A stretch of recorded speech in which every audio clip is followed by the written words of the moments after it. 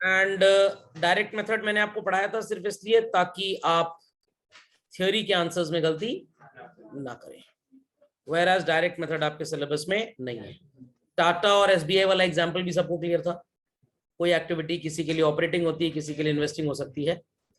There after हमने theory के questions कर लिए थे, हमने डेरिवेशन भी पूरा समझ लिया था ध्यान से, कैसे ऑपरेटिंग, इन्वेस्टिंग, फाइनेंसिंग को डिराइव करना है। एंड चिल्ड्रन ये कंप्लीट फॉर्मेट हमने बना लिया था, इजंट इट?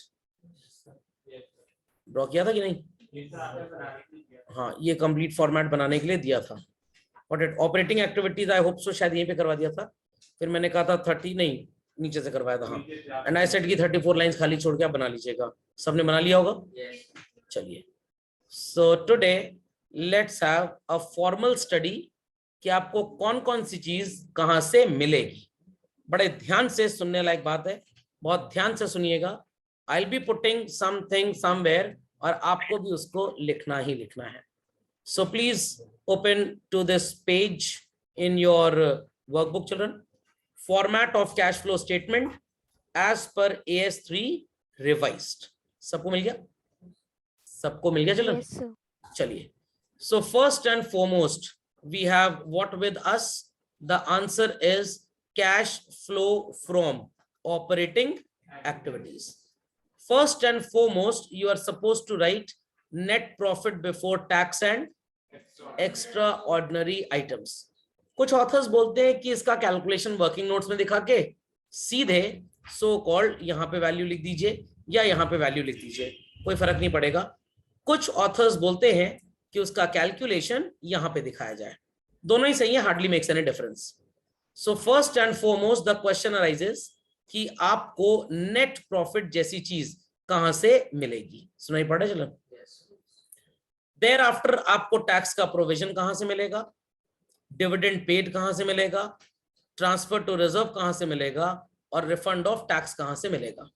वैसे तो मैंने स्टेप्स में सब लिखा हुआ है, बट आई वांट कि आप इसको यहीं पे लिखना स्टार्ट करें। चलन, बैलेंस शीट में आपको closing and opening balance PL का दिया होगा। I repeat, closing and opening. इस साल के एंड में कितना है और लास्ट ईयर के एंड में कितना था। इस साल के एंड में कितना है, इस साल के स्टार्ट में कितना था। बात तो वही है, last year and is current year start. याद करिए अपना PL account 101600 balance carried down था, -22,600 आपने 79,600 निकाला था। उसके बाद मैंने आपको बोला था टैक्स प्रोविजन और dividend and transfer to reserve, ये तीनों चीजें आप ऐड करेंगे। ध्यान से मेरी बात को सुनिएगा। टैक्स के केस में हमने क्या टैक्स यूज किया है, प्रोविजन और पेमेंट, प्रोविजन। बट डिविडेंड के केस में क्या यूज किया चिल्ड्रन, पेड। डिविडेंड का प्रोविजन, स्टोरी में ट्विस्ट है, स्टोरी में ट्विस्ट है। Be super attentive to this. मैं आपके कन्वीनियंस के लिए एक बैलेंस शीट बना रहा हूं छोटी सी, और इस बैलेंस शीट में हमारे पास सिर्फ और सिर्फ दो आइटम्स जो हमारे मतलब के हैं, हमको वही चाहिए। Prior 5-7 years ago आपको चिल्ड्रन बैलेंस शीट में क्वेश्चन प्रोवाइड करता था provision for tax 20,000 and 30,000 as well as proposed dividend as well as general reserve. Let us say this is 30,000 and this is 40,000. Let us say this is 10,000 and this is 12,000. सबको सुनाई पड़ा है? पक्का? चलिए, so children general reserve 30 से 40 हो गया। आपकी गुल्लक में पिछले साल 30,000 रुपीज थे and current year and the balance of piggy bank is 40. How did the balance grew up? खाद पानी बढ़िया डाला था आपने? No, you must have saved money. Saved money मतलब ट्रांसफर्ड फ्रॉम योर प्रॉफिट। ध्यान दीजिएगा मेरी बात पे, अगर आपने अपने प्रॉफिट में से पैसा ट्रांसफर किया था children, I repeat, transferred from profit, so ये एक अप्रोप्रिएशन है। आई रिपीट चिल्ड्रन, ये अप्रोप्रिएशन है, और इस अप्रोप्रिएशन की वजह से पीएल या पीएल अप्रोप्रिएशन किसी भी नाम से आप पुकारिए, must have been debited, yes और no? Must have been debited. जब ये डेबिट हुआ होगा चिल्ड्रन, इसने हमारे नेट प्रॉफिट को गिरा दिया होगा, वापस नेट प्रॉफिट से ऊपर ऑपरेटिंग प्रॉफिट तक जाने के लिए हम क्या लॉजिक अप्लाई करेंगे? We'll add. लॉजिक समझ में आया कि नहीं? लॉजिक समझ में आया? लॉजिक समझ में आया? और आप इस चीज को ट्रेडिंग पीएल में देख भी चुके हैं। टू रिजर्व लिखा था, माइनस करने के बाद नेट प्रॉफिट आया, तो ऑपरेटिंग प्रॉफिट ग्रॉस प्रॉफिट ऊपर की तरफ थे। When we were moving downstairs, हमने इन्हें माइनस किया, वापस ऊपर जाने के लिए ऐड कर देंगे। Logic well understood by all? Similarly provision for tax का मतलब क्या होता है? लास्ट ईयर हमने अपना पीएल बनाया, I repeat, last year children हमने अपना पीएल बनाया, and in our PL account हमने सो कॉल्ड डेबिट किया 20,000 rupee. Profit must have gone down. 31 March को आपने ये काम किया था पिछले साल, 31 March. Is it practically possible कि डे एंड जिस दिन अपना टैक्स का अमाउंट पता लगा रहे हो, you can readily pay to the government even? Impossible सी बात कर रहे हैं। 31 मार्च को तो हमें पता लगता है कितना टैक्स है, अभी बुक्स का ऑडिट नहीं हुआ है, we do not know the exact amount, कुछ गलती हो सकती है। हमारे चार्टर्ड अकाउंटेंट्स ऑडिटर्स जब चेक करेंगे, देन दे विल टेल कि एग्जैक्ट अमाउंट ऑफ टैक्स कितना बना। तो कैन वी से कि 20,000 is the exact amount of tax? No, it could be more, it could be, estimation इतना है।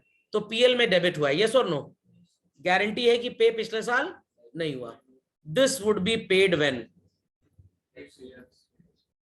Paid in next year, yes और no? So children, जब हम इसे पे करेंगे, कैश वुड फ्लो आउट और flow in? Flow out. Cash generated जैसा शब्द याद है आपको? आंसर चिल्ड्रन, ये इसके नीचे आपको ये पेमेंट माइनस कर देनी है। समझ में आई बात? सिमिलरली चिल्ड्रन, ये जो 30,000 रुपीज है, this is current year tax. ये करंट ईयर के पीएल में डेबिट हुआ होगा। कैन वी पे it in current year? Not at all, not at all. This would be paid when? Next year. Current year में तो guarantee है कि हमने इसको पे नहीं किया होगा। बट चिल्ड्रन, आपने इसको अपने पीएल में किस साइड पे लिखा? पीएल की डेबिट साइड में लिखेंगे तो net profit will go, net profit से वापस ऑपरेटिंग प्रॉफिट तक जाना के लिए क्या करना पड़ेगा? ऐड करना पड़ेगा। That's why I have added it here. सुनाई पड़ी बात? तो टैक्स का provision is a different concept, payment is a different concept. समझ में आया? रात में सब्जी पड़ी, एकदम बढ़िया बनी थी, खाई सबने, बच गई, आपने किचन में रख दी, रेफ्रिजरेटर में स्टोर करना भूल गए, सुबह क्यों खराब हो गई? नाराज हो गई, उसके अंदर बैक्टीरिया पड़ गया, तो मॉर्निंग में सब्जी का कॉम्पोजिशन बढ़ चुका है, तभी वो खराब हो चुकी है। Logic understood? Logic understood? तो तुरंत बनी हुई सब्जी, मम्मी कभी नहीं बोलती एक बार चेक कर लेना तब खाना, बट अगर कुछ बच गया, स्टोर भी किया रेफ्रिजरेटर में, then to she would say एक बार चेक कर लेना, कहीं खराब तो शायद ना हो गया हो। तो नेवर अज्यूम कि टैक्स का प्रोविजन और टैक्स का payment is one and the same thing. ये दोनों अलग अलग चीजें हैं। पेमेंट वो जो लास्ट ईयर वाला था, प्रोविजन वो जो करंट ईयर वाला था। Is this much heard and understood well children? Yes, sir. Yes, sir. Same used to be the composition for so-called proposed dividend. Same children. जैसे टैक्स का ट्रीटमेंट था वैसे ही डिविडेंड का ट्रीटमेंट था। अब मैं आपको एक कहानी बताता हूं, जो कहानी अकाउंटिंग स्टैंडर्ड 4 से रिलेटेड है। 10,000 रुपी किस ईयर का डिविडेंड है चिल्ड्रन? Previous year. और 12 किस ईयर का है? समझ में? Current year. बिजनेसमैन्स, कॉर्पोरेट्स क्या चालबाजी करते थे भोले भाले शेयर होल्डर्स के साथ? जरा ध्यान से इस बात को सुनिएगा। What they used to do, ये अपने पीएल अप्रोप्रिएशन में डिविडेंड शो करते थे in the name of propose dividend, सुनाइए पड़ा, in the name of ₹14,000। Share holders बड़ा हैप्पी हो जाते थे, अरे वाह इतना बढ़िया डिविडेंड। जो एग्जिस्टिंग वंस थे उनकी तो खुशी का ठिकाना ही नहीं था, और जिन बेचारों के पास नहीं था शेयर, वो सोचते थे कोई बात नहीं, कंपनी अच्छी है तो अच्छी है, चलो आज शेयर खरीद लेते हैं, अगले साल हमें भी डिविडेंड पाने का मौका मिलेगा, we'll also participate in its earning, yes or no। ये सोचकर लोग शेयर खरीदने लग जाते थे, तो मार्केट में शेयर की डिमांड क्या होती थी, बढ़ जाती थी। यहीं पे खेल कर जाते थे सीईओज, द सीनियर मेंबर्स, वो बढ़े हुए दाम पे अपने शेयर्स बेच देते थे। और जब 4-6 महीने के बाद, ये तो कहानी 31 मार्च की है, अक्टूबर नवंबर में एनुअल जनरल मीटिंग हुई, बोला गया sorry due to certain problems we will not be able to pay 14,000, will not be able to pay 14,000, या मान लीजिए 14 की जगह 10 ही लिखा था, due to certain problems we won't be able to pay 14,000, we'll be paying only 7,000, और 10,000 की जगह वील बी पेइंग ओनली 7। जितना भी बोला था बैलेंस शीट में तो उतना लिखा है, बट रियलिटी में पे कम कर रहे हैं। बेचारे शेयर होल्डर जिनके पास शेयर था वो तो फंसे हुए हैं, कोई प्रॉब्लम नहीं। ये 7,000 की न्यूज सुन के ये जो दाम बढ़ा था शेयर का, ये वापस गिरने लग गया।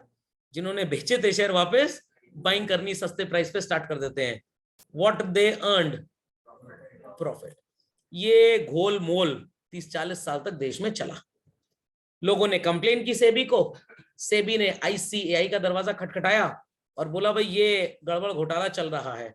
आईसीएआई ने बोला प्रॉब्लम है एक कि डिविडेंड अगर 2019 का है, और सो कॉल्ड, हम यहां पे इसको लिखने को नहीं बोलते, क्योंकि सेबी ने क्या बोला, आप कंपनीज को कहिए कि इस तरह का डिविडेंड वो ना लिखें, जब डिविडेंड पे कर देंगे, आई रिपीट, जब डिविडेंड पे कर देंगे तब लिखेंगे डिविडेंड।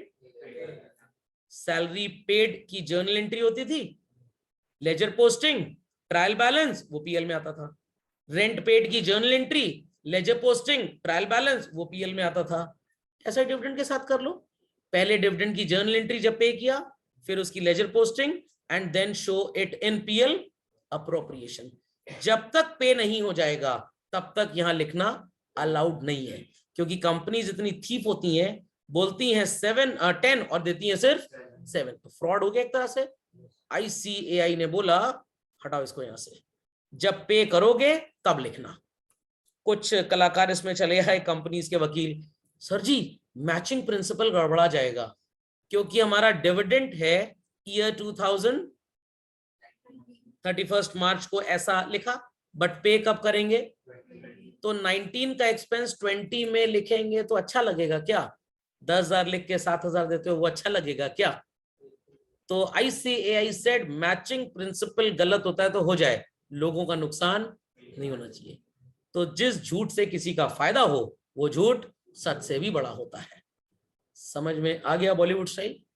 सो आप डिविडेंड का प्रोविजन नहीं लिख सकते, आपको डिविडेंड का पेमेंट लिखना पड़ेगा। तो as of today children, as of today अब हमारी बैलेंस शीट के अंदर प्रपोज्ड डिविडेंड लिखना अलाउड नहीं है। अब ये कंटेंट बैलेंस शीट के बाहर जा चुका है, इसको हमने लात मार के निकाल दिया है। तो हमारी बैलेंस शीट बेसिकली एंड हो जाती है और प्रपोज्ड डिविडेंड बाहर चला जाता है। तो एज ऑफ नाउ अब आपको करंट ईयर के प्रपोज्ड डिविडेंड से कोई लेना देना नहीं है। जैसे टैक्स में आपने क्या किया, पिछले साल वाला लेस कर दिया पेमेंट के नाम पे, और करंट ईयर वाला ऐड कर दिया। अभी इसमें और भी बहुत बातें हैं, डिविडेंड के साथ भी हम यही करते थे, हम करंट ईयर वाला यहाँ ऐड करते थे और लास्ट ईयर वाला नीचे फाइनेंसिंग में लेस करते थे। Now we are concerned only and super only with which value, previous year, क्योंकि पे सही में उसी को किया गया है, वही वैल्यू आप यहां ऐड करोगे। क्यों सर? अरे भाई जब आप पे करेंगे तो पीएल में डेबिट करेंगे ना, your profit has gone down, ऊपर जाने के लिए क्या करेंगे, ऐड करेंगे। और इसी वैल्यू को, क्योंकि पैसा जा रहा है डिविडेंड, फाइनेंसिंग में माइनस, क्योंकि शेयर होल्डर से रिलेटेड है। तो डिविडेंड की अगर क्वेश्चन में दो वैल्यूज पता भी हो, we are concern only with the previous year, that's why I have written dividend paid. But अगर आप 5-6 साल पुरानी कोई बुक उठा के देखें तो ऊपर जैसे टैक्स प्रोविजन नजर आ रहा है आपको डिविडेंड प्रोविजन ही नजर आएगा। तो प्रोविजन अगर दिया भी है क्वेश्चन में तो लास्ट ईयर का ही लेना है और क्या मानना है उसे, पेड। समझ में आई बात children? Why reserve tax and dividend paid is added? Any doubts? Many doubts? पक्का? Please update this, then I proceed further. तो सबको समझ में आ गया चिल्ड्रन? सबको समझ? वेरी क्विकली चलो। टैक्स का प्रोविजन बनता है तो पहली एंट्री होती है PL account debit to provision for tax. Thereafter जब हम इसे पेमेंट करने जाते हैं तो हमारे सीए अंकल एक एंट्री बनाते हैं, provision for tax account debit to tax payable account. Provision को आप करंट लायबिलिटी में कन्वर्ट करेंगे पहले, फिर आप एंट्री पास करेंगे income tax payable account debit to bank. ऐसे ही डिविडेंड के लिए होता है, it's PL appropriation account debit to proposed dividend to dividend payable account debit to dividend banking account, dividend banking account debit to bank. Share holder से क्या मतलब? हाँ, तो हमने डिविडेंड रेंट जब एंट्री पास करते हो रेंट पेड की, क्या एम्प्लॉय का नाम लिखते हो क्या? तो फिर चलिए moving ahead children, moving ahead. The next set of items that we have is non-operating expenses and non-cash item. Sir, इन्हें क्यों ऐड कर रहे हैं? They were earlier debited to PL account children, जिसकी वजह से our net profits have gone down. वापस ऊपर लेके जाना है ऑपरेटिंग प्रॉफिट से, तो क्या करेंगे? ऐड करेंगे, ऐड करेंगे चिल्ड्रन। पक्का? पक्का? इसकी एक ट्रिक आपको बता देता हूं, आप कभी भी गलती नहीं करेंगे चिल्ड्रन। कौन कौन से आइटम्स इस कैटेगरी में जनरली जाते हैं? The names are depreciation, non cash item की कैटेगरी। लॉजिक समझ में आ गया? Return of items, I repeat, return of items. Return of items जैसे प्रीलिमिनरी एक्सपेंसेस रिटर्न ऑफ, समझ में आई बात? Loss return of. Any doubts? Many doubts? And children loss on sale of assets वगैरह जिसकी हम बात कर रहे थे। सो आप अगर वाराणसी कभी गए हो तो डीजल लोकोमोटिव वर्कशॉप आपने देखा होगा, एक ये स्टेशन भी बन चुका है। बस इसे याद कर लीजिए, कभी गड़बड़ी करेंगे ही नहीं। DLW, diesel locomotive workshop, depreciation, loss and writing of items like preliminary expense return of, share issue expense return of, उसके बाद preliminary expense return of, underwriting commission return of, bonus shares issued return of. तो return of वाले items loss on sale of asset और depreciation, DLW याद कर लीजिए। जब कोई भी किसी का रिश्तेदार अस्पताल में जमा हो जाए, एडमिट हो जाए, समझ में आ गया, तो पैसे खर्च होते हैं ना, इनकम कम हो जाती है, इनकम कम हो जाती है। तो इनकम जब कम हो जाती है तो दुख भी बड़ा लगता है कि भाई ऐसा नहीं होना चाहिए था। खैर अब जो है सो है। सो चिल्ड्रन डॉक्टर साहब सबसे पहले वो एक ग्लूकोज की बोतल चढ़ानी चालू कर देते हैं, क्या बोलते हैं उसे, क्या बोलते हैं चिल्ड्रन उसे? ड्रिप लगी हुई है, ड्रिप चढ़ रही है। समझ में आया? तो बस आपको भी अपनी जगह से वाराणसी DLW रेलवे स्टेशन जाना है, क्योंकि एक रिलेटिव हॉस्पिटल में जमा हो गया है, एडमिट हो गया है, और उसे क्या चढ़ रही है? ड्रिप चढ़ रही है, और आपकी इनकम कम हो जाएगी क्योंकि आप ऑफिस छोड़ के गए हैं। ये वो आइटम्स हैं children which were earlier credited, जिसकी वजह से पीएल में प्रॉफिट बढ़ चुका है। वापस नीचे लाने के लिए सर ये ड्रिप है क्या? अरे भाई ड्रिप बड़ा आसान है। Dividend received, rent received, interest received and profit on sale of assets. कोई भी एसेट हो आपकी, DLW और ड्रिप समझ में आ गया? क्योंकि पहले ये इनकम ऐड हो चुकी है, याद करिए 6,000 का प्रॉफिट, 4,000 3,000 मिला के 13,000 आया था कि नहीं आया था? इसलिए मैंने इनफॉर्मली आपको क्वेश्चन करवाया था, क्योंकि जब आप वो देख लेंगे तब आपको सब चीजें समझ में आएंगी, नहीं तो सब कोई हवा में रहता। समझ में गया? तो एटम प्रोटॉन क्यों नहीं समझ में आता, लोगों ने कभी देखा ही नहीं, तो यहाँ पे आप एटम के साथ साथ घूम रहे थे। Be quick moving. Then we have children a composition titled as, ये भी बहुत मजेदार कंपोजिशन होता है।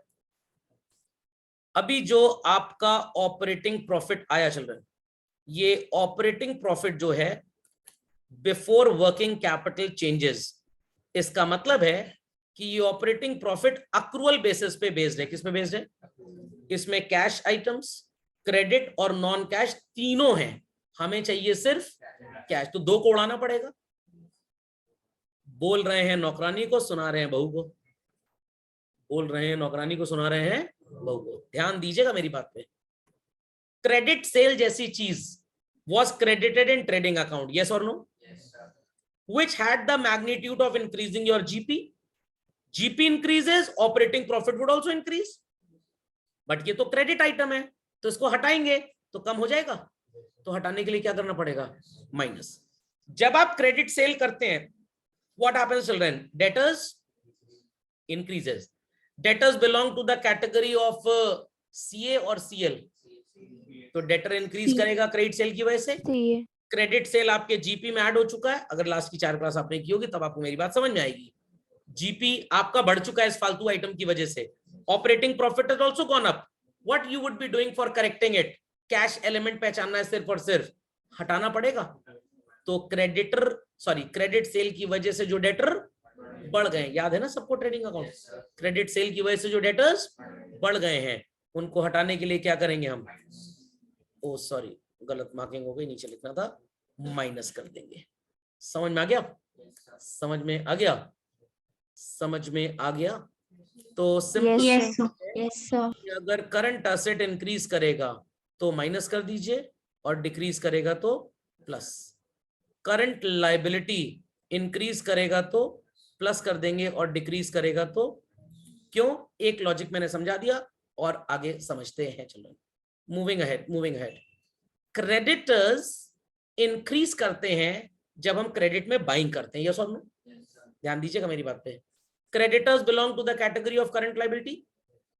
करंट लायबिलिटी इंक्रीज कर रही है तो what have I said? Add. क्यों सर? कुछ लोग पता है क्या बताएंगे आपको, करंट लायबिलिटी इंक्रीज कर रही है, क्रेडिटर्स बढ़ रहे हैं। समझ में आ गया? क्रेडिटर्स ने आपको पैसा दे दिया है, पैसा आ रहा है, कैश आ रहा है, प्लस कर दो। टोटल बकवास है बच्चों, ऐसा दूर दूर तक कोई लॉजिक नहीं है।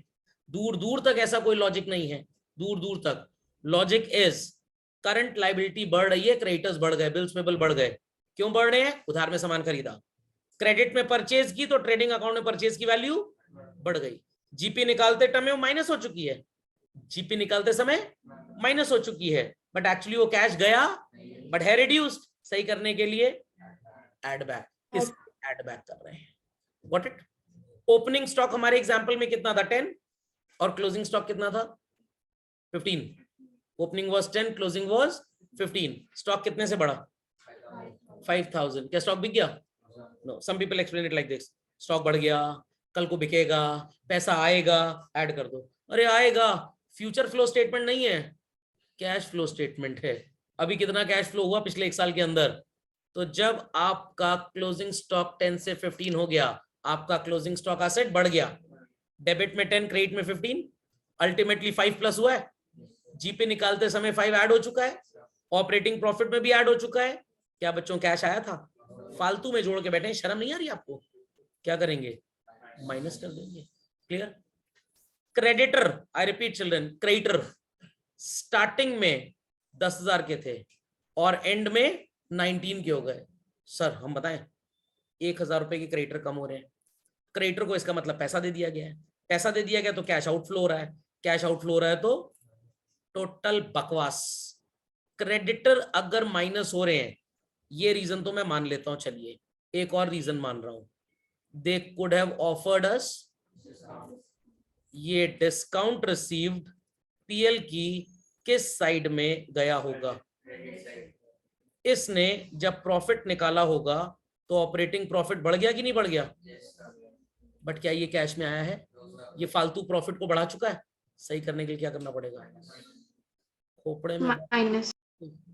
खोपड़े में बात गई, पक्का। यस। आगे चलते हैं।